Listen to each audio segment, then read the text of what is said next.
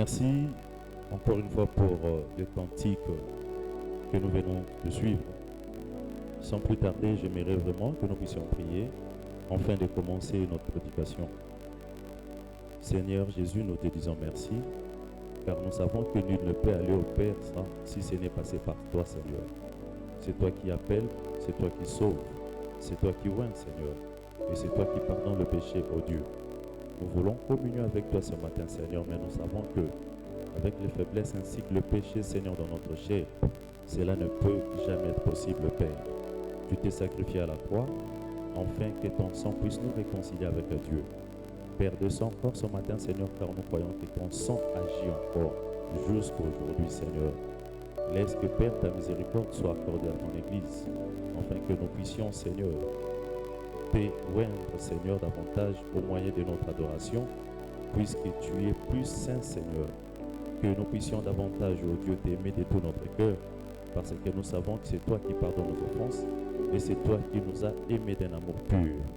Bénis, Seigneur, ces moments, bénis ceux-là qui sont malades, délivre ceux-là qui sont, Seigneur, ô Dieu, dans les emprises du diable, qui se retrouvent dans le lien, car nous croyons que, Seigneur, c'est ta parole qui délivre au-delà de chaque chose. Par le nom de Jésus, nous avons ainsi prié. Amen. Merci beaucoup, bien-aimés.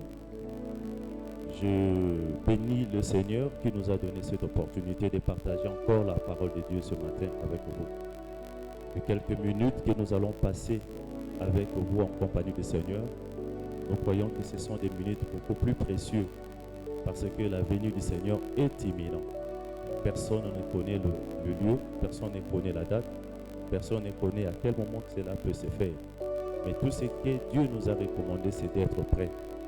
Alors nous devons savoir, être prêt, cela n'est pas lié seulement à un temps, mais être prêt veut dire que chacun de nous puisse prendre le temps d'examiner sa vie, de comparer sa vie à la parole et de mettre sa vie en ordre avec la parole de Dieu. C'est ainsi que nous verrons Jésus avant sa mort. Il a eu le temps de passer avec ses disciples. Il a vécu 3 ans et demi avec tous ces hommes, en train de les enseigner la parole de Dieu, en train de chercher à amener ces hommes à voir la lumière de Dieu dans leur vie, afin de ramener la vie de Dieu qui était perdue depuis le jardin d'Éden dans la vie de ces hommes. Et le Seigneur cherchait à restaurer cet arbre qui était détruit. Et il a prêché par sa parole. Et un jour, Jésus dit, « Seigneur, je te loue, Seigneur de gloire, car je fais connaître ton nom aux hommes que tu m'as donnés. » Il est vraiment beaucoup plus simple de répéter cette parole. Mais si nous nous posons la question de savoir comment est-ce que, pour faire connaître le nom de Dieu aux hommes que Dieu lui a donnés, il a fallu qu'il fasse 3 ans et demi. C'est que le Seigneur avait une idée en disant cette parole à ses disciples. Alors ce que nous devons savoir, il faudrait que nous puissions connaître ce que c'est les pensées de Dieu. Nous devons savoir lire entre les lignes, comme le dit le prophète. Lorsque le Seigneur dit une chose, sachez que cette parole prononcée par le Seigneur cache une vérité et cache une vie. Voilà, personne ne peut aller au Seigneur si ce n'est par la parole de Dieu, ni par la voie le Seigneur lui-même a tracée. Alors pour connaître cette voie, pour connaître les pensées du Seigneur, nous sommes obligés de nous référer à la parole de Dieu et à chaque moment faire appel à celui qui a inspiré cette parole, qui est le Saint-Esprit, pour nous en donner l'interprétation. Jésus a donné la parole, Jésus a donné le Saint-Esprit, mais un jour il se réveille, il dit aux apôtres, je veux vous donner quelque chose de nouvel. Et c'est cette chose-là qui fera ce que vous puissiez être reconnus comme mes disciples, comme des gens ayant vécu avec moi. Frère, aujourd'hui, plusieurs personnes tentent de correspondre aux disciples de Jésus par l'accoutrement, par les habits, par notre manière de coiffer les cheveux ou la barbe. Évidemment, ça peut être peut-être des signes que l'Église a donnés, ou ce sont des églises que nous sommes choisis. Mais si cela ne concorde pas avec la parole de Dieu, sachez que tout ce que nous faisons, tout ce que nous ferons, sera un travail inutile et un travail vain. Voilà, aujourd'hui, nous allons encore connaître parmi les éléments que Dieu nous a recommandés pour que nous puissions être reconnus comme ses disciples. Il y en a plusieurs, mais nous allons prendre un qui aujourd'hui nous pensons que ça fait défaut à l'Église. Nous pouvons lire dans les livres de Jean et suivant la lecture, je vous prie de vous mettre debout pour que nous puissions honorer la parole de Dieu. Nous lisons dans Jean chapitre 13, verset 14. Nous le lisons au nom de Jésus-Christ. Amen. Je vous donne un commandement nouveau. Aimez-vous les uns les autres. Comme je vous ai aimé, vous aussi aimez-vous les uns les autres. Que le Seigneur bénisse sa parole. Mettez-vous, Église. Voilà, aujourd'hui, nous venons de lire cette parole où le Seigneur, après avoir enseigné à ses disciples, le Seigneur, il était temps pour lui de se séparer dans la chair pour qu'il puisse aller au-delà. Alors le Seigneur, réunissant ses disciples, il leur dit, je vous ai donné un commandement nouveau. Je vous donne un commandement nouveau. Pourquoi d'abord il doit parler de quelque chose de neuf ou de nouveau? Pourquoi? Parce que avant ce commandement, il y a eu d'autres commandements. Parce que si il peut préciser un nouveau commandement, c'est que l'ancien existait. Or, l'ancien qui avait établi le premier commandement.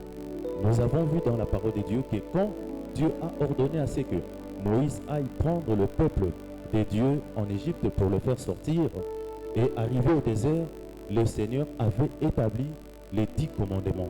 Il avait donné à Moïse beaucoup de choses et à la fin, comme pour diriger la volonté de tous ces peuples, pour encadrer les opinions, l'intelligence et la sagesse de tous ces hommes, il fallait établir une loi. Le Seigneur a établi une loi et il a donné à Moïse sous forme de 10 commandements. Alors, chaque enfant d'Israël, en dehors de ces commandements, il y avait des préceptes, il y avait des ordonnances, il y avait des actes qui, cet ensemble de règles, constituait ce que nous appelons le 10 commandements. Voilà maintenant que tout prophète qui soit venu pendant ces temps-là, en commençant depuis Moïse jusqu'à ce que Jean-Baptiste est entré en scène, tout cela vivait sous ces commandements de Moïse. Voilà pourquoi même quand Jésus était arrivé, tous les jugeaient par le commandement de Moïse. Moïse a dit, Moïse a fait, Moïse a établi. Voilà pourquoi même la loi de Moïse est allée amener Jésus-Christ à être crucifié. Pourquoi? Parce que cette loi était reconnue comme la loi établie par le Seigneur.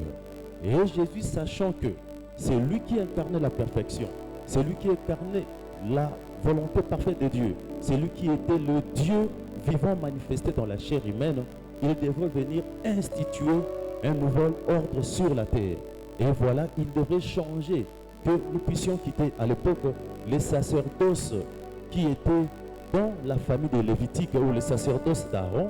Pour passer à ces sacerdoces royales, il fallait que Jésus puisse poser de nouvelles bases, de nouveaux fondements. Et c'est comme ça que Jésus a recruté parmi le peuple des personnes, des gens du peuple, des gens qui n'avaient pas l'instruction.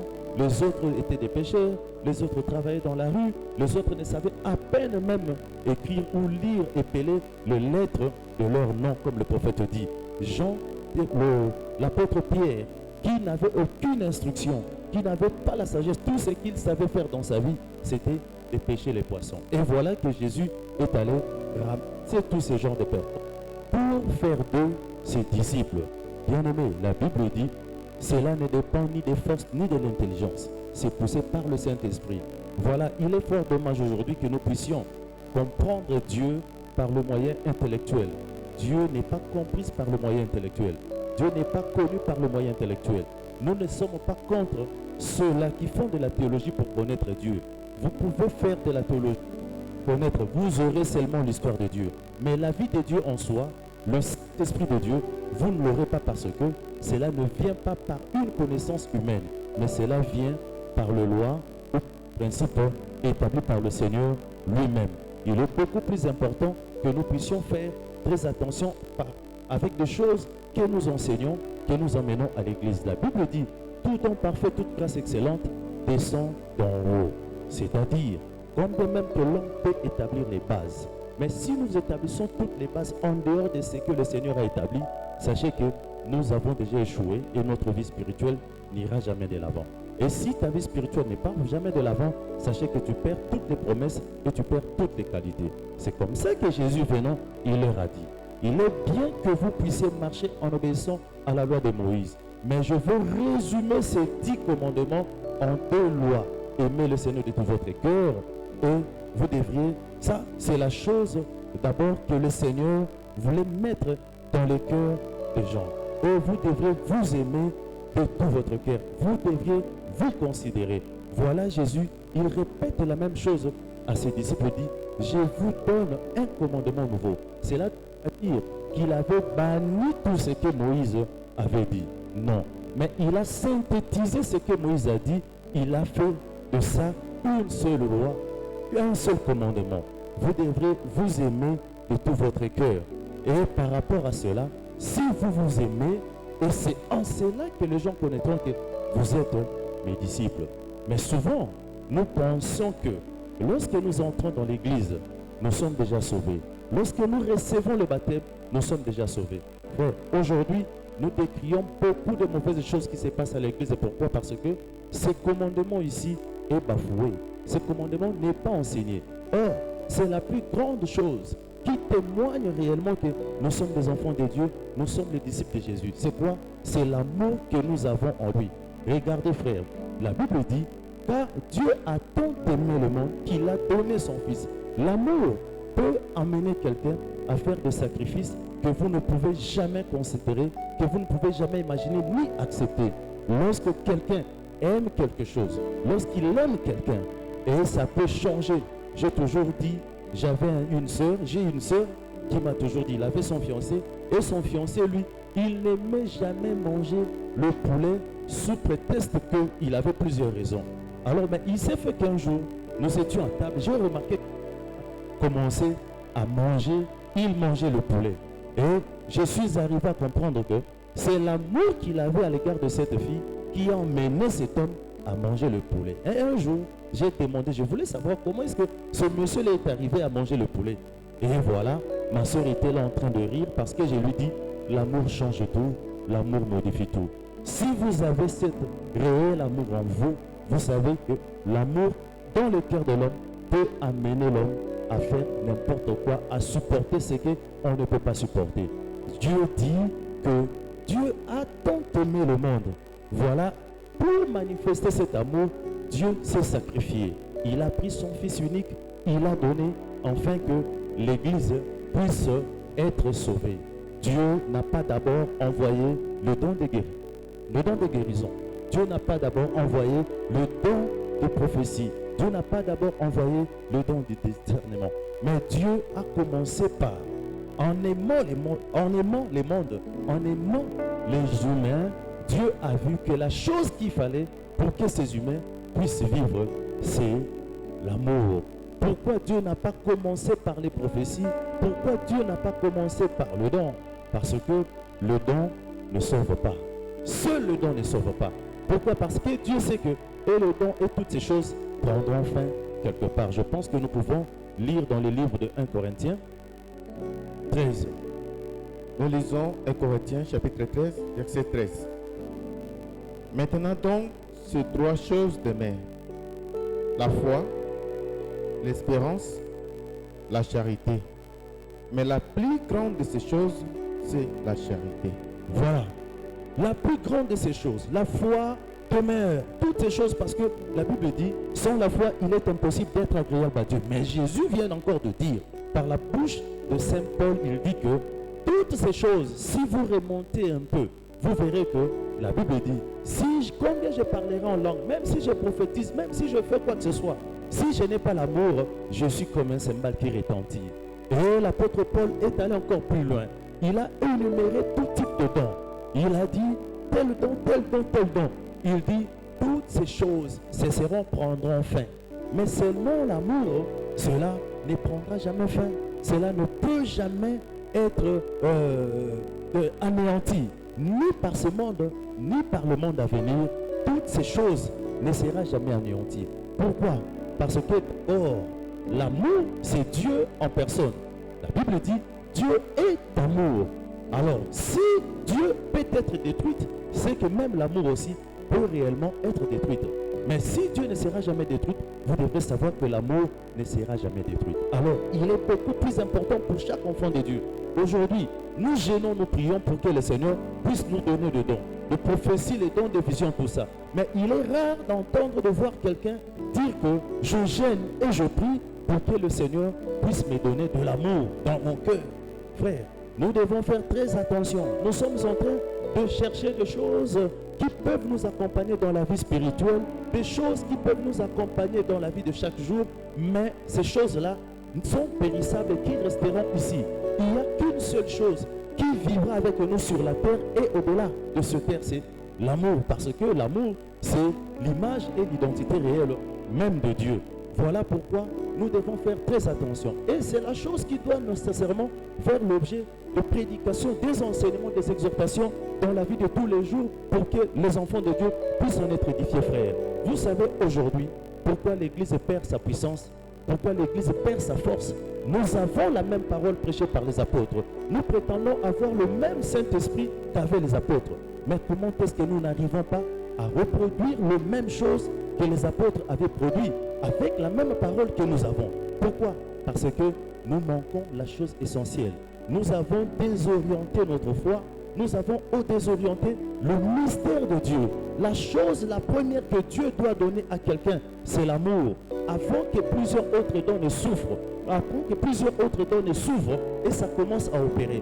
Tout don qui se perd en dehors de la volonté parfaite de Dieu, ces dons-là ne peut jamais aller de l'avant. Pourquoi? Parce que, je vais lire, pourquoi est-ce que ces dons-là ne peuvent jamais fonctionner? Nous pouvons lire dans 2 Timothée chapitre 2 verset 10.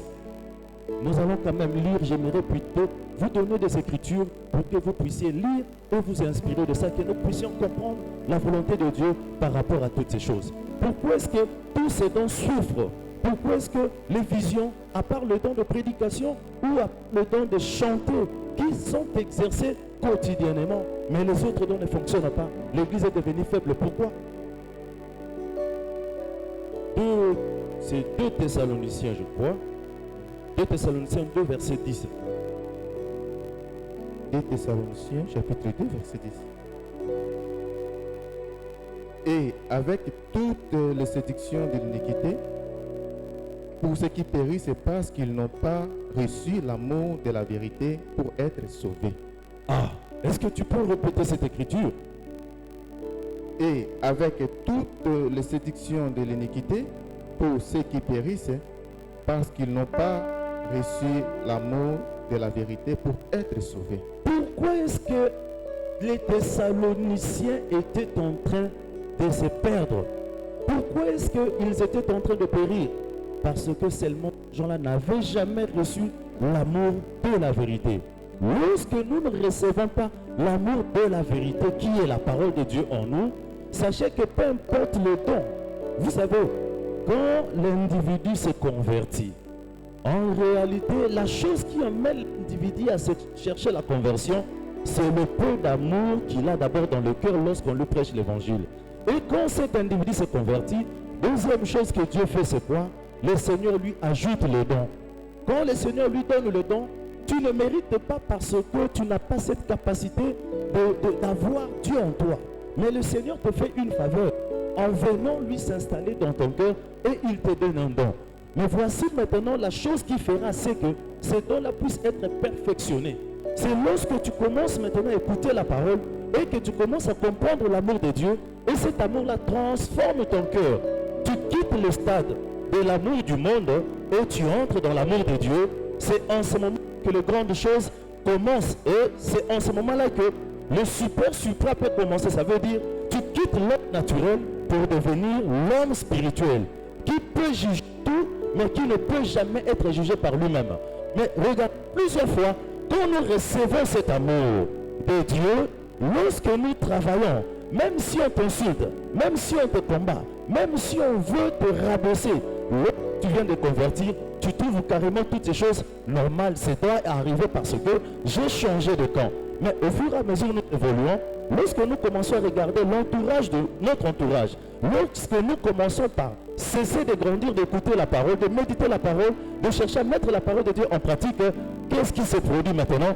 Nous commençons à quitter cet amour qui nous transforme, cet amour qui nous emmène vers Dieu, qui amène le don de Dieu à être perfectionné. Nous retournons dans l'amour du monde. Et quand nous retournons dans l'amour du monde, c'est ce moment-là que toute la haine, l'animosité, la méchanceté reprennent place en nous.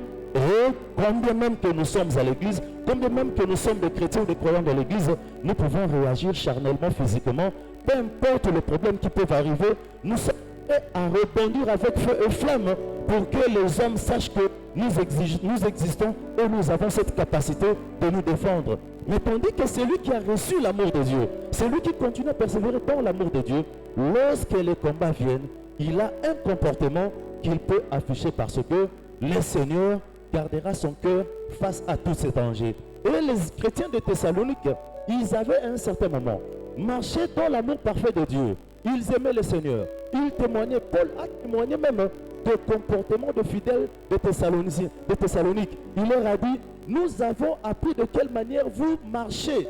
Cette manière que nous vous avons appris. Mais à un certain moment, ils commençaient à se perdre. Pourquoi? Parce que ils ont beaucoup plus donné l'importance aux dons. Ils prophétisaient, ils chantaient, ils discernaient, ils donnaient l'argent, ils construisaient. Et en ce moment-là, quand l'homme commence à se voir important dans l'église du Seigneur, et voilà que cet amour-là s'est refroidi. Voilà pourquoi l'apôtre Paul même dit dans le livre de Timothée, il dit, vers le temps de la fin, l'amour de plusieurs refroidiront. Plusieurs refroidiront. Et ces gens ont prophétisé, ils ont chanté. Mais aujourd'hui, quand nous disons, quand nous posons la question à quelqu'un, tu pries? Oui. Tu es qui à l'église? Nous avons beaucoup plus du plaisir à brandir le titre de ce que nous faisons à l'église. Je suis tel, je suis tel, je suis tel. Mais lorsqu'il s'agit de vérifier dans les témoignages de notre vie, si réellement notre vie est capable de reproduire ce que la parole de Dieu nous dit, nous voyons que la chose est depuis compliquée, ça devient beaucoup plus compliqué. Voilà pourquoi Paul reprochait aux chrétiens de Thessaloniciens. Il dit, vous êtes en train de périr, plusieurs sont en train de périr. Pourquoi? Parce qu'ils n'ont pas reçu l'amour de la vérité.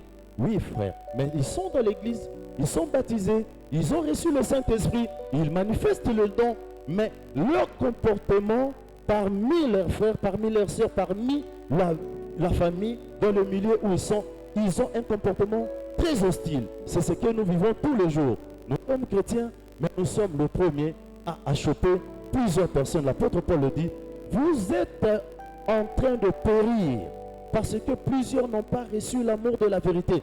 Je vous avais parlé l'autre fois de Pierre, qui Jésus avait prophétisé. Il dit, Pierre, avant que le coq ne chante, tu me réuniras 3 fois.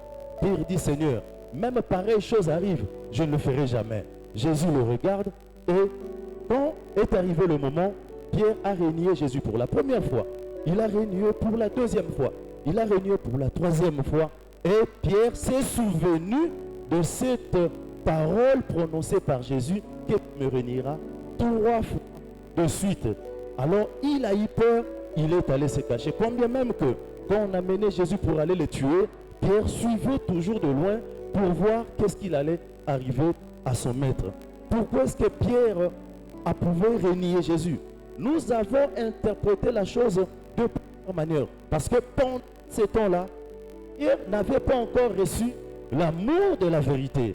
Il suivait Jésus, il était curieux. À chaque moment, Jésus pouvait faire un miracle. C'était Pierre toujours qui devrait poser une question. À chaque moment que Jésus pouvait faire quelque chose, c'était Pierre qui disait, Seigneur, si c'est toi qui l'as fait, ordonne que moi aussi je le fasse. Et Jésus savait. Ce n'est pas parce qu'il était le plus incrédule entre tout le monde, mais Pierre voulait avoir la certitude dans des choses que Jésus faisait. Parce qu'il est le seul apôtre qui a eu à poser Jésus la question. Il dit, Seigneur, j'ai tout quitté, j'ai tout abandonné, j'ai laissé ma femme, j'ai laissé mes enfants, j'ai tout abandonné, mais dis-moi, notre prix, qu'est-ce que nous allons gagner? Parce qu'il sait que dans chaque chose que l'homme fait, l'homme doit se retrouver, il doit gagner quelque chose.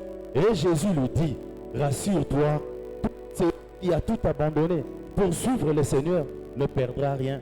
il recevra au centuple dans ce siècle et puis dans le siècle à venir. Pierre voulait que sa vie ait une précision. Mais la vérité était encore très loin de lui. Pourquoi la vérité est très loin? Parce qu'il n'était pas encore converti. Quand Jésus lui regardait, Jésus lui disait, Pierre, le diable était tué. Mais là déjà, Pierre avait 3 ans dans la foi. Il avait 3 ans dans la foi. Mais Jésus dit, le diable continue toujours à réclamer. Et il réclamait toujours pour Pierre. Pourquoi? Parce qu'il savait que dans Pierre, combien même qu'il résidait beaucoup des erreurs, beaucoup de fautes, il n'était pas encore converti. Il savait quand même que Dieu a mis le signe de la vie dans cet individu. Il tombe aujourd'hui, il tombe demain, il tombe après-demain. Dieu avait placé le signe de la vie devant cet individu. Peu importe, rien ne pouvait changer cela. Pourquoi? Parce que Pierre n'était pas seulement un appel, mais Pierre était élu. Voilà pourquoi le diable pouvait venir. S'il y a des combats, s'il y a des difficultés qui peuvent venir dans ta vie, que cela ne te décourage pas, soit disant que j'ai pris le Seigneur ne m'écoute pas. J'ai fait plusieurs tentatives, cela n'a pas marché. Voilà pourquoi aujourd'hui je dois abandonner. Et frère, la Bible dit, celui qui persévérera jusqu'à la fin. Et c'est la chose qui te tourmente, tu sais la chose qui te dérange. Le plus important ici, ce n'est pas le doute que tu manifestes. Le plus important ici, ce n'est pas le péché ou le combat qui arrive devant toi. Mais le plus important, c'est d'avoir le courage de persévérer. Parce que Job dit, la Bible dit, mieux vaut la fin d'une chose que son commencement. Tu essaies aujourd'hui, et c'est encore demain, et c'est encore après-demain, et c'est encore après-demain. Parce que le même Pierre qui a régné Jésus pendant 3 fois, mais le même Pierre a reçu la clé pour ouvrir le ciel. Jésus dit, c'est seulement sur toi, l'incrédule qui a régné, je laisserai la clé de l'église. Vous savez pourquoi il avait régné Jésus? Pendant ces temps-là, il avait reçu la parole, mais l'amour de la vérité n'était pas encore en lui. Or, la vérité c'est la parole c'est le Saint-Esprit. Voilà pourquoi il a régné, parce que la Bible dit c'est le Saint-Esprit qui rend témoignage en nous que nous sommes fils de Dieu. Voilà, il n'avait pas encore reçu le Saint-Esprit. Il avait la parole, mais ça manquait l'amour de cette parole, ça manquait l'amour de la vérité, ça manquait l'amour qui pouvait l'emmener à supporter toutes les épreuves qui pouvaient arriver. C'est l'amour de Dieu. Cet amour de vérité qui manquait aux disciples de Thessalonique et que Paul insiste. Nous devons avoir cet amour de vérité en nous. Quand nous recevons l'amour de la vérité, et les choses changent. Qu'est-ce qui peut arriver lorsque nous recevons l'amour de la vérité, frère?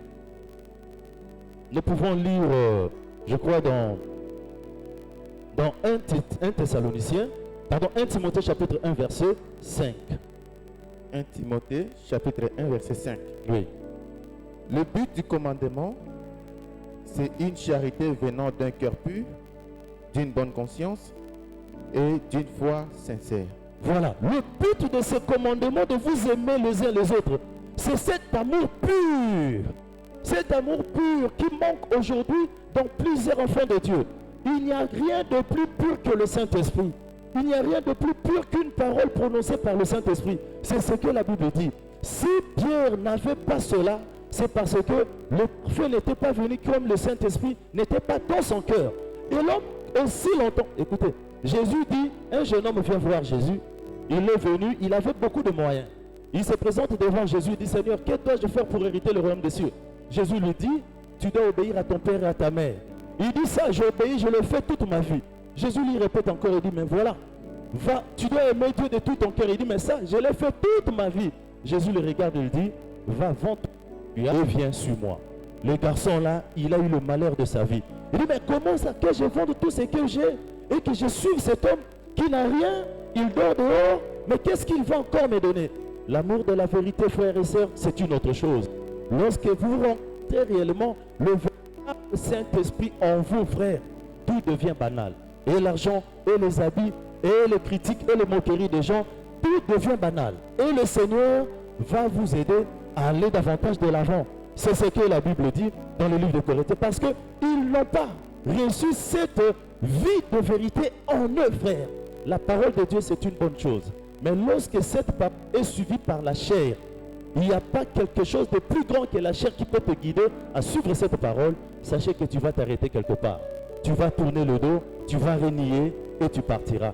Mais celui qui a reçu cet amour de vérité, peu importe le combat et les difficultés, il sera toujours là. Parce qu'il sait que Dieu, c'est la vérité. Jésus, un jour, il a dit aux gens, si vous ne mangez jamais ma chair et vous ne buvez pas mon sang, alors vous n'irez pas au ciel. Alors les Juifs et les pharisiens qui étaient là, ils ont dit, mais cet homme, il est devenu cannibale, comment est-ce que nous devons manger sa chair et boire son sang? Ils sont partis. Jésus est resté, il a regardé ses disciples, mais vous ne partez pas, pourquoi? Pierre dit, mais Seigneur, à qui irions-nous? Car c'est toi qui as le parole de la vérité. Car c'est toi qui as le parole de la vérité. Pourquoi? Il vient de témoigner maintenant. Il dit, ah, la chose qui doit nous retenir, c'est cette parole inspirée par le Saint-Esprit. Oui, nous sommes tous frères. Nous avons tous été tentés à plusieurs reprises de reculer lorsque les difficultés viennent, d'abandonner lorsque le mal nous arrive, de tourner le dos parce que nous avons fait tant d'efforts pour tourner, pour éviter le mal, pour fuir le mal. Mais cela ne nous quitte pas, ça continue toujours à venir. Plus tu t'attaches, plus cet amour-là de Dieu grandit en toi. Plus tu t'attaches et tu pries, plus tu as la foi ainsi que le Seigneur vient. Voilà pourquoi la Bible dit, nous ne devons pas seulement nous fier à la foi.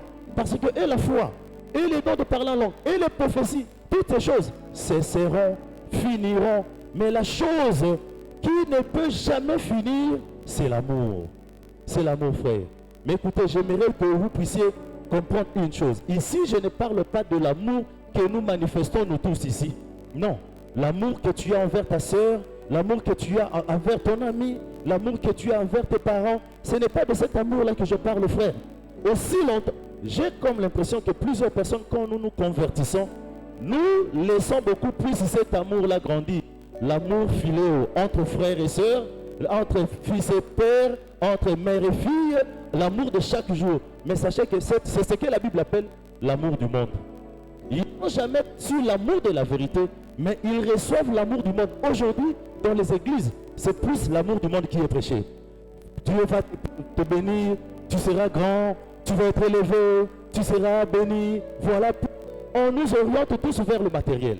On oriente toute l'église vers le matériel. Alors quand l'église ne voit pas ces choses venir, cet amour-là refroidit. Voilà pourquoi la Bible dit, vers la fin, la charité de plusieurs, l'amour de plusieurs personnes refroidira. Pourquoi? Parce que ça sera des moments difficiles. L'égoïsme battra le plein. Les gens voudront seulement être bien, eux, et les autres puissent souffrir. Voilà pourquoi l'amour de plusieurs doit être refroidi. Pourquoi? Parce que parmi les signes de la bête, c'est le manque d'amour aussi. Parmi les signes, de marque de la bête, c'est le manque d'amour. Lorsque vous n'avez pas l'amour, alors ici, ce n'est pas de l'amour entre chéris et entre copains et copines, entre frères et sœurs. Ce n'est pas cet amour-là que je parle. Non. Cet amour-là, c'est tout le monde qui en a parce que nous sommes tous humains. Tu peux aimer une femme pour l'épouser demain, mais demain vous allez vous insulter, vous allez vous séparer. Tu peux avoir un ami aujourd'hui, tu déclares ton amitié à son égard. Demain, s'il y a des vagues et des défis, vous allez vous disputer, vous séparer, vous battre. Alors, nous avons tous expérimenté cet amour-là. Ce n'est pas de cet amour. Cet amour, c'est ce que Dieu appelle l'amour du monde. L'amour du monde qui est basé sur intérêt. Ça veut dire, j'aime celui-là parce que nous nous attendons. J'aime celui-là parce que nous sortons de même tribu. J'aime l'autre là parce que nous prions dans la même église. J'aime l'autre là parce que je me retrouve en lui. J'aime l'autre là, j'aime l'autre là, j'aime l'autre là. Et nous confondons cet amour avec l'amour dont Dieu nous parle. Je ne parle pas de cet amour-là. Je parle de l'amour agapao. Ça veut dire cet amour qui peut emmener quelqu'un à se haïr afin d'aimer l'autre. Qui peut s'emmener à accepter les difficultés, le combat, les humiliations, afin d'honorer l'autre là qui est en face de lui. C'est cet amour-là que Dieu recommande pour l'Église. Ce n'est pas l'amour du monde. Non. L'amour du monde aujourd'hui, quand tu ne trouves pas ton intérêt, tu ne trouves plus ton intérêt envers cet individu, demain tu déclares forfait. Demain tu déclares banni toute relation. Demain tu ne veux même plus les saluer, tu tournes le dos et tu pars. C'est cet amour-là, plusieurs qui avaient suivi Jésus dans le désert avaient. Jésus dit, vous me suivez parce que vous avez mangé le pain. Alors, quand était venu le moment des difficultés, tout le monde l'avait tourné le dos, eux, ils sont partis. L'amour de vérité n'était plus en eux, n'était pas en eux. Pourquoi? Parce que leur amour était conditionné. Voilà. C'était un amour conditionné. L'amour aujourd'hui dans les églises est conditionné. Frère, vous ne pouvez jamais imaginer le choc que j'ai eu quand j'entends quelqu'un qui prie, quand j'entends un serviteur de Dieu dire, quand quelqu'un ne t'aime pas, il ne faut pas l'aimer. Je sais que vous suivez tout ce que vous suivez sur les réseaux sociaux. Quand quelqu'un ne t'aime pas, il ne faut pas l'aimer. Quand quelqu'un ne t'aime pas, il faut le repousser parce qu'il n'a pas ta vie entre ses mains. Tu n'as pas non plus sa vie entre tes mains, frère. C'est quel genre de parole? C'est quel genre de prédication, frère? Mais qu'est-ce que Dieu nous dit? Qu'est-ce que Dieu nous dit? Et c'est cet amour-là que quand quelqu'un t'aime et que quand quelqu'un ne t'aime pas, ne l'aime pas non plus. Ça, c'est ça l'amour du monde. Quand quelqu'un te rejeté, c'est ça l'amour du monde. L'amour de Dieu, la Bible dit que votre justice à vous dépasse celle des pharisiens. Comment est-ce que Dieu nous recommande d'aimer? Nous pouvons lire dans le livre de Matthieu chapitre 5. Matthieu chapitre 5. Écoutez un peu ce que le Seigneur nous recommande. Que cet amour-là, agapao, que Dieu demande, pas l'amour du monde qui dit, lorsque quelqu'un ne... Quand quelqu'un te tourne le dos, tourne-lui le dos. Quand quelqu'un t'insulte, insulte-le aussi, parce que ta vie ne dépend pas de lui. Un enfant de Dieu qui est converti ne peut jamais accepter que la méchanceté puisse habiter son cœur. Non. D'ailleurs, la conversion veut dire recevoir le Saint-Esprit qui vient pour anéantir toutes les capacités d'amertume dans ton cœur. C'est cet amour qui était plus fort que Jésus. Quand Jésus était frappé, cloué à la croix, il pouvait prononcer une seule parole et le monde entier serait englouti, je ne sais pas moi, sous une tonne de pluie de feu. Mais il dit, par amour pour Dieu, il ne peut pas le faire. Matthieu chapitre 5, verset 44. Mais moi, je vous dis, aimez vos ennemis, bénissez ceux qui vous maudissent, faites du bien à ceux qui vous haïssent, et priez pour ceux qui vous maltraitent et qui vous persécutent. Ah, je pense que nous avons suivi maintenant. Alors, prenez-moi ce verset de la Bible et amenez ça avec l'amour qu'on t'a enseigné là-bas. Quand quelqu'un ne t'aime pas, il ne faut pas l'aimer. Quand quelqu'un t'insulte, tu tournes-lui le dos. Ta vie n'est pas entre tes mains, ni la sienne, et on n'a pas entre ses mains, frère. Non. Dieu dit ceci. Pour celui qui est converti, regardez le comportement de Pierre. Avant que Pierre ne reçoive le Saint-Esprit, quand on est venu arrêter Jésus dans le jardin de Gethsemane, qu'est-ce qui s'est passé? Alors Jésus est venu, les disciples dormaient, il les a réveillés. Mais vous n'avez pas pu prier même 1 heure avec moi. Il les a réveillés, il part encore prier. Il a fait ça pendant 3 fois. Et quand il est sorti, les pharisiens étaient debout devant et ils sont venus le chercher. Quand ils ont demandé, Jésus leur a posé la question, que cherchez-vous? Ils ont dit Jésus de Nazareth. Jésus, il leur a posé la question. Quand ils ont répondu, tout le monde était tombé. Alors ils se sont relevés. Regardez l'acte de Pierre. Quand ils sont venus pour arrêter Jésus, qu'est-ce que Pierre avait fait? Il a sorti l'épée qu'il avait. Il est allé couper l'oreille de cet homme-là qui était venu au-devant de lui. Il a coupé l'oreille de cet homme-là. Frère, vous savez, avec les choses de Dieu, on ne peut jamais faire semblant. Ou vous êtes converti ou vous n'êtes pas converti. Si vous n'êtes pas converti, vous pouvez faire semblant aujourd'hui, 2 ans, 3 ans après. Vous sortirez, vous laisserez apparaître votre nature parce que vous ne pouvez pas tromper tous les jours. La conversion n'est pas une vie d'hypocrisie. La conversion n'est pas quelque chose qu'on force, frère. C'est comme quelqu'un qui a la malaria aujourd'hui. Nous savons comment il doit être guéri. Il peut aller à l'hôpital, on lui fait des examens. Et quand il sort de là, on l'attrape avec les trophées. On lui prescrit une ordonnance comme le prophète dit. Lorsqu'on te prescrit une ordonnance, on te donne. Ta guérison dépend des médicaments que tu prends. Si tu suis bien les schémas tracés par le médecin, tu auras la guérison sans effort. Et c'est comme ça aussi que les choses de Dieu se passent. Si ta conversion a été bien faite, si ta confession a été bien établie, si tu as été bien baptisé, et tu te retrouves dans l'église où il y a le Saint-Esprit, sachez que l'amour de Dieu dominera sur l'amour du monde et sur... Peu importe le degré de combat, tu ne te battras jamais avec la chair, mais tu te battras par la parole parce que le Saint-Esprit est en toi, parce que c'est le Saint-Esprit qui conduit ta vie, qui t'amènera maintenant à ramener toutes choses à l'obéissance du nom de Christ. C'est ça, frère. Pierre, puisqu'il avait écouté la parole, Mais il manquait la chose essentielle qui était le Saint-Esprit. Il voulait régler tout avec l'épée, il voulait régler tout avec le coup, il voulait régler tout avec la méchanceté. Et voici là où l'église est allée maintenant. Mais lorsque dans l'église, on peut vous enseigner à haïr, on peut vous enseigner à mépriser, à dégoûter. Alors, donnez-nous la parole de Dieu qui vous dit, qui vous encourage à faire ce genre de choses. Un enfant de Dieu ne peut jamais haïr, ne peut jamais avoir des ennemis. La Bible dit, aimez vos ennemis, priez pour ceux qui vous maltraitent. La Bible ajoute, mais ça vous servirait à quoi d'aimer quelqu'un qui t'aime? Même les païens le font. C'est ce que la Bible dit. Les païens le font. Donc ça veut dire, l'amour d'aimer quelqu'un qui t'aime, c'est un amour païen. Voilà, il y a la différence entre cet amour-là. La Bible dit clairement que ça sert à quoi d'aimer quelqu'un qui vous aimait? N'est-ce pas que les païens aussi, les pharisiens, font la même chose? C'est que Dieu, qu'est-ce qu'il attend des enfants de Dieu? Lorsque tu es haï, lorsque tu n'es pas aimé, ton rôle c'est d'aimer, ton rôle c'est de prier, ton rôle c'est de te donner vis-à-vis de ces gens-là qui te haïssent, vis-à-vis de ces gens-là qui ne t'aiment pas. Voilà l'amour de la vérité que vous devrez recevoir. Et ces choses ne viennent que par le Saint-Esprit. Si nous avons des grands problèmes de la foi, nous avons des grands problèmes de persévérer avec Dieu, c'est parce qu'on nous a désorientés, on nous a amenés loin de la face du Seigneur. L'amour de Dieu dépasse chaque chose. L'amour de Dieu, cet amour-là qui vient, la Bible dit, dans 1 Timothée 1:5, il dit cet amour pur qui vient d'un cœur pur. Or, il n'y a rien de pur dans un homme impur. Lorsque le prophète Branham me dit ceci, il n'y a jamais une église sainte, il n'y a jamais un homme saint, il n'y a jamais un pasteur saint. Mais nous devenons saints, pourquoi? Lorsque nous recevons le Saint-Esprit, c'est le Saint-Esprit en nous comme étant l'ambassadeur, il nous donne son identité, il nous donne sa sainteté. Ça veut dire, puisqu'il est pur, il fera de toi un homme pur, une femme pure. Voilà pourquoi tu auras cet amour-là, l'amour de la vérité, qui provient d'un cœur pur et sincère.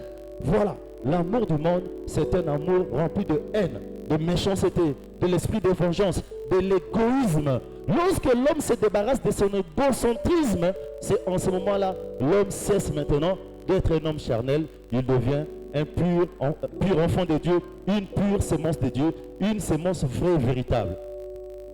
La Bible dit, tous les dons cesseront. Tous cesseront. Tout partira. Même les prédications. Mais la seule chose qui ne faillira jamais, c'est l'amour et la parole. C'est l'amour de Dieu.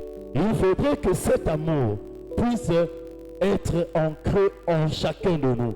C'est en ce moment-là. Écoutez frère, si quelqu'un te hait, tu le hais aussi. Si quelqu'un t'insulte, tu l'insultes. Nous ne sommes pas dans un terrain de politique. Nous ne sommes pas dans une école de théologie. Nous ne sommes pas dans une foire comme le dit le prophète. Mais nous sommes où? Nous sommes dans la maison du Seigneur. Là où Jésus vit et règne. Si réellement il est ton Seigneur, alors laisse ce Jésus-là entrer en ton cœur. Qu'il puisse vivre et régner. Lorsque Jésus va régner, si seulement Jésus s'était battu quelque part, nous allons voir Jésus se battre dans ta chair. Mais si nous avons Jésus vaincre par la prière, ça veut dire tu vaincras par la prière. Si Jésus a dominé, marchant sur l'eau par la puissance de la parole, la Bible dit que chaque semence doit produire quoi? Selon son espèce. Il produira la vie de Dieu en toi, il produira le pardon, il produira la miséricorde, il produira. Frère, je veux m'arrêter en disant ceci. J'ai reçu une fille. Et cette fille-là m'a dit une chose qui m'a beaucoup marqué, qui m'a inspiré un peu. C'est une fille mère, bien sûr. Elle a, en disant, elle a commis une erreur, elle est tombée enceinte, elle a mis au monde avec un garçon. Ils ne sont pas ensemble avec ce monsieur-là. Mais voilà qu'après plusieurs problèmes, ils se sont séparés. Mais aujourd'hui, l'enfant doit avoir peut-être 2 ans, je pense. Et je parlais avec elle. Elle m'a dit une chose. Il y a des hommes qui veulent m'épouser. Mais je suis en train de balancer. Je suis en train de choisir. Comment est-ce que, pasteur, je peux choisir qui est le sûr? Comment est-ce que je le saurai? La Bible dit, écoutez, observez seulement les actes. Le prophète dit, observez seulement les actes. Les actes de l'individu montrera ce qui est dans cet individu. Voilà. Il dit, l'autre là, quand je suis avec lui, même si je lui dis que mon enfant est malade, il ne fait même pas attention à cet enfant. Lui, il est toujours en train de boire et de fumer, il fait toujours de mauvaises choses. Mais l'autre là qui est loin, à chaque moment, il me pose la question sur mon enfant. Il dit, qu'est-ce que l'enfant a besoin? Qu'est-ce qu'on peut donner pour cet enfant? Je dis, mais écoutez, tu m'as déjà donné une réponse? Il dit non. Pasteur, parce que j'ai un principe. J'ai dit, c'est quoi le principe? Il dit, moi le principe c'est, avant que quelqu'un m'aime, il doit d'abord commencer par aimer mon enfant. Si cette personne aime mon enfant, c'est cette personne-là que je vais aimer. J'ai dit, waouh, cette fille a compris tout. Cette fille a compris tout. Parce qu'elle est une fille mère. Mais aujourd'hui, ça servirait à quoi d'aimer un homme qui va l'aimer seul, mais qui ne peut pas aimer sa charge? Jésus dit, c'est celui qui veut me suivre. Non seulement suivre Jésus, mais tu dois aussi charger de ta croix. Évidemment, pour cette fille-là, cet enfant-là, si cet homme-là aime cet enfant, automatiquement il va aimer sa mère. Et s'il aime la mère sans aimer l'enfant, ça c'est la chose la plus pure qui puisse exister. Comment tu peux aimer Jésus et ne pas aimer son enfant qui est toi, qui est ton frère, qui est ta soeur devant? Mais comment tu peux l'aider? Jésus dit, si vous n'aimez pas quelqu'un que vous voyez, comment diriez-vous que vous m'aimez moi que vous ne voyez pas? Comment vous direz cela? Commençons par aimer l'individu que nous voyons. C'est en ce moment-là que vous aimerez Jésus. Si vous aimez Jésus de tout votre cœur, alors sachez qu'aucun individu ne sera haï devant toi. Je veux terminer par dire, le prophète dit ceci. Après que tout soit terminé, il ne restera que l'amour des élus. Les prophéties cesseront. Je vous lis cette écriture dans Hébreux chapitre 3, de 57. Il dit ceci.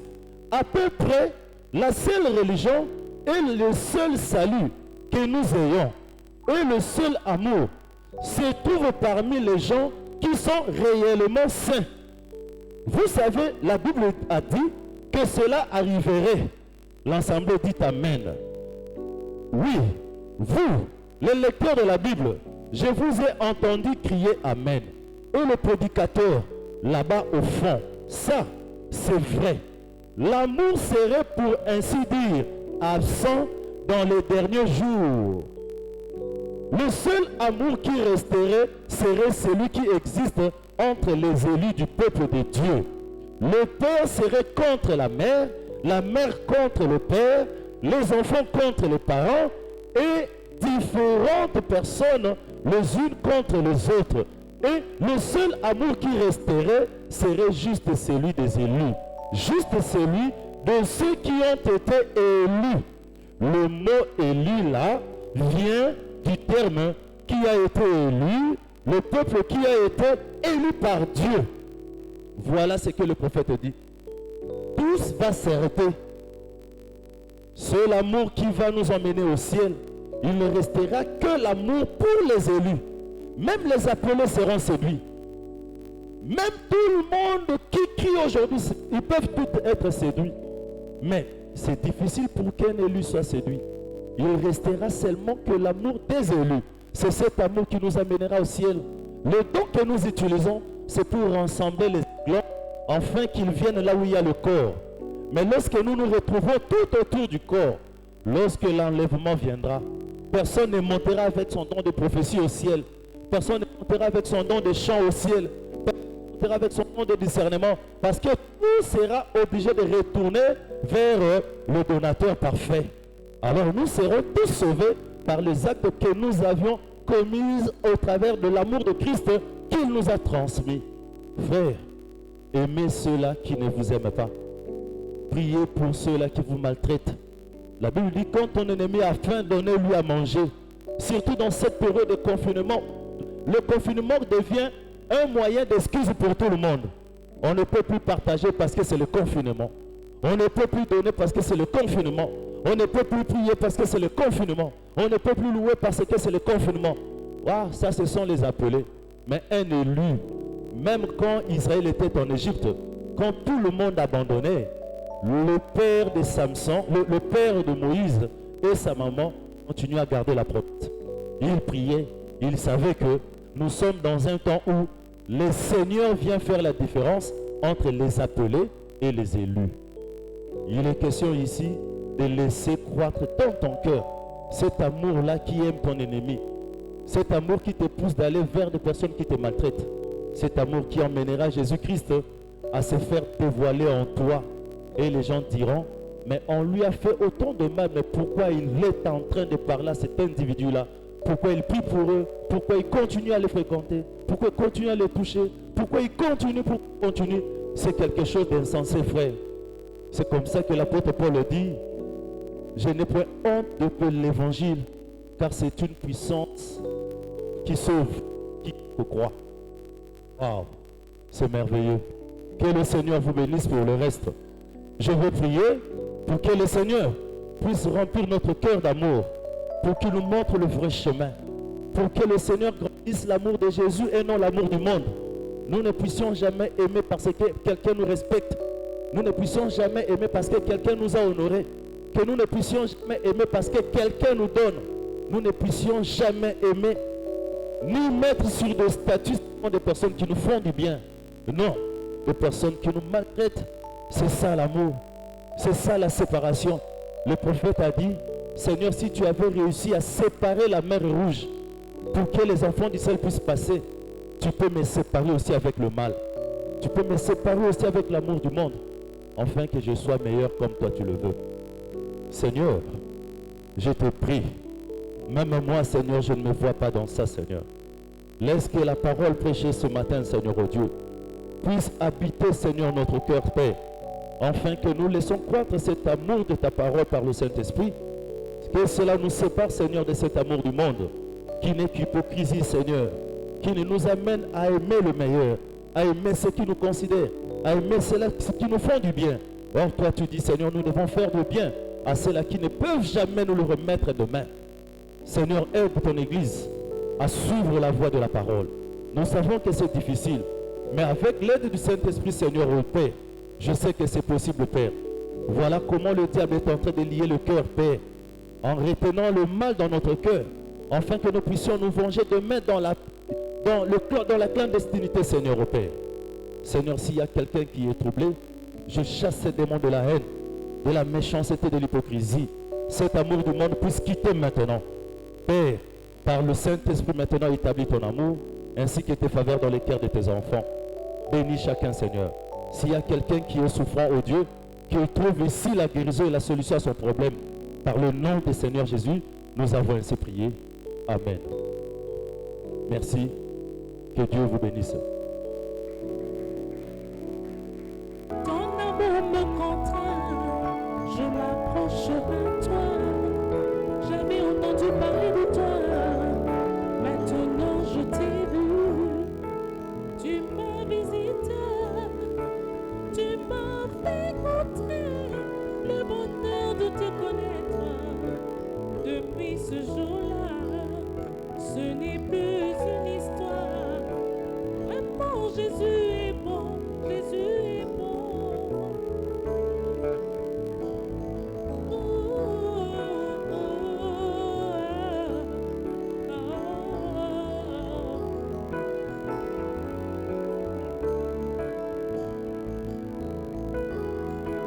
Ton amour me contraint de croire en toi. Je ne puis faire de compromis avec ta parole. Toutes tes promesses de bénédiction, de guérison sont pour moi un avenir. Car je puis tout par Jésus qui me fortifie. Je suis à l'abri de tous les fléaux, de tous les fléaux.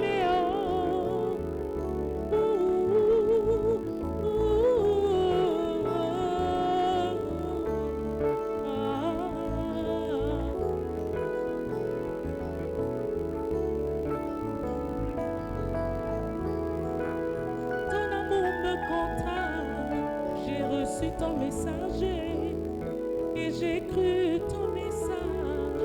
Tu m'as pris en mariage pour preuve de ton amour. Tu m'as envoyé la robe et des multiples dons. Quelle grâce précieuse que d'être l'épouse du roi. Je vis en toute sécurité, toute sécurité.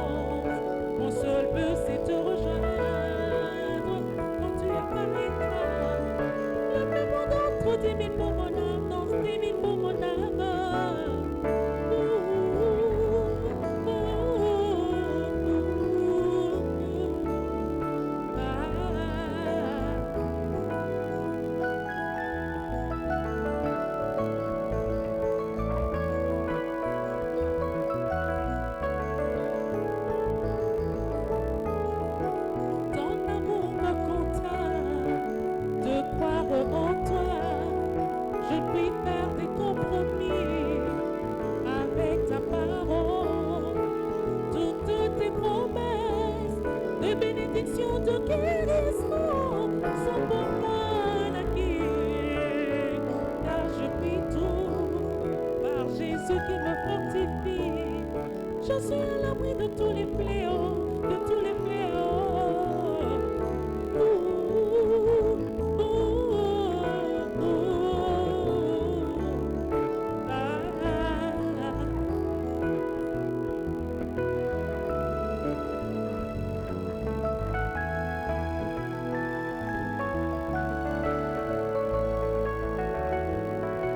Ton amour me contraint, je suis après toi.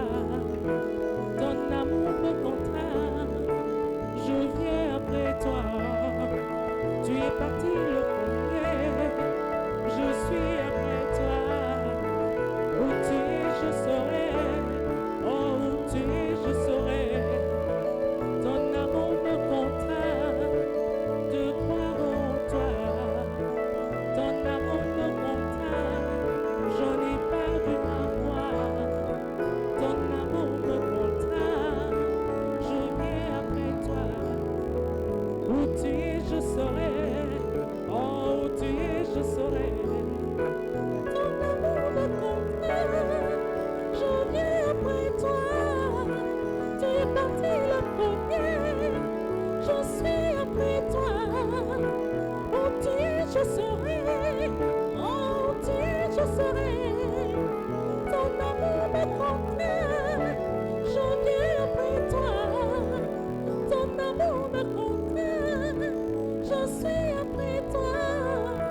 Tu es parti le premier, je viens après toi. Tu es parti le premier, je suis après toi. Où tu es, je serai. Oh, où tu es, je serai. Où tu es, je serai. Oh, où tu es, je serai.